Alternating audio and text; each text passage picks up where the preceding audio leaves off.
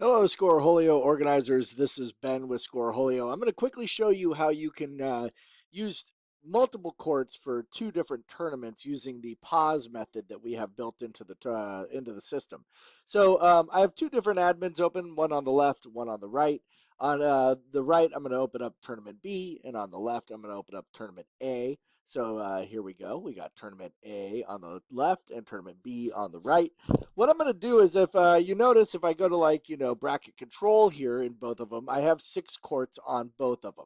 Now, you can't share courts with it. We don't have that built in. But what you could do is you could use the pause method and pause some, like, so for instance on court A, I'm going to start with 1, 2, and 3 for the tournament, and on this one I'm actually going to allow 4, 5, and 6. So maybe what happens is, let's say we have 1, 2, and 3 are inside and 4, 5, and 6 are outside, so we really don't want all court B stuck on 4, 5, and 6 the entire tournament. We want them kind of flipping back and forth.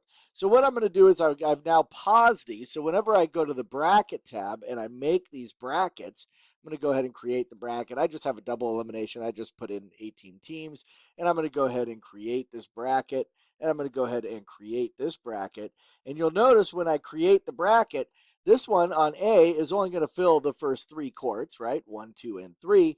And this one over here on B is only going to fill the first 4, 1, 2, and 3 courts, or excuse me, 4, 5, and 6 here. So if we go to bracket control, you can see 4, 5, and 6. And if we go to bracket control here, 1, 2, and 3. So they're completely separate. They're not sharing the courts. But what can happen is if we're in here and we do the bracket, we score this one, it's still going to fill court 1 in this tournament over here. And let's say we get through the first round, right? So we just let them play until the first round is over. Do, do, do, do, do. And we go ahead and get them all going. And over here, we're going to go ahead and, oh, one thing I wanted to show you is it didn't fill it whenever I click start tournament. So you can always come and pause your courts and start your bracket and then go ahead and, get them on the courts after that by unpausing them. Over here, I'm going to go ahead and score some of these. So that way this tournament's going. And let's say that we're getting closer to round 1 being done. So what I'm going to do is I'm going to start getting this one ready over here.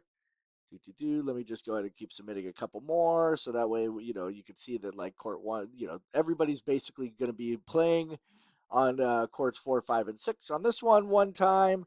Everybody over here is playing on 1, 2, 3 one time. So now it's like, okay, everybody's done with round 1. What I'm going to do is I'm going to come over here and I'm actually going to pause 1, 2, and 3 here. And I'm going to come over here on this one and I'm going to pause 4, 5, and 6. And you'll notice whenever I submit this one, let's say, court 2 here is done. And as soon as I see court 2 is done over here, now it's going to be empty. So I can now unpause court 2 over here. And let's say this one over here, court 4 now ends, and I'm moving kind of quick, sorry, but you can watch the video a couple times to get it down.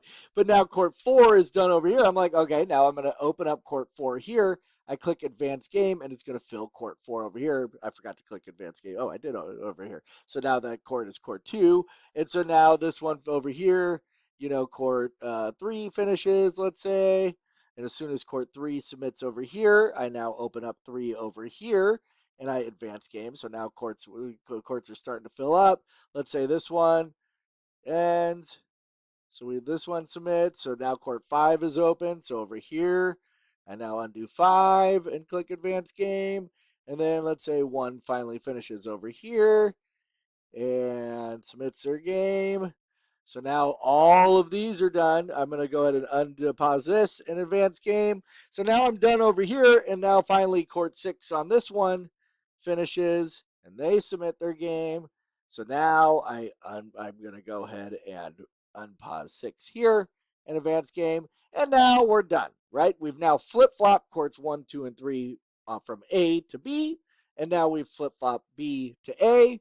And now, because it was round 1, maybe we were an hour or so in when I had to do this rigmarole, but now it's done. Now I'm going to let it run for, let's say, the next round 2 and round 1 of the losers. And then I'll do the same thing again later on. So now they're flip-flopping back and forth. So we have 6 courts, but we're sharing them between them by using the pause method between both of them. So that's how you use the pause method to be able to kind of share courts without it really being court sharing, but you can pause and unpause on both of them.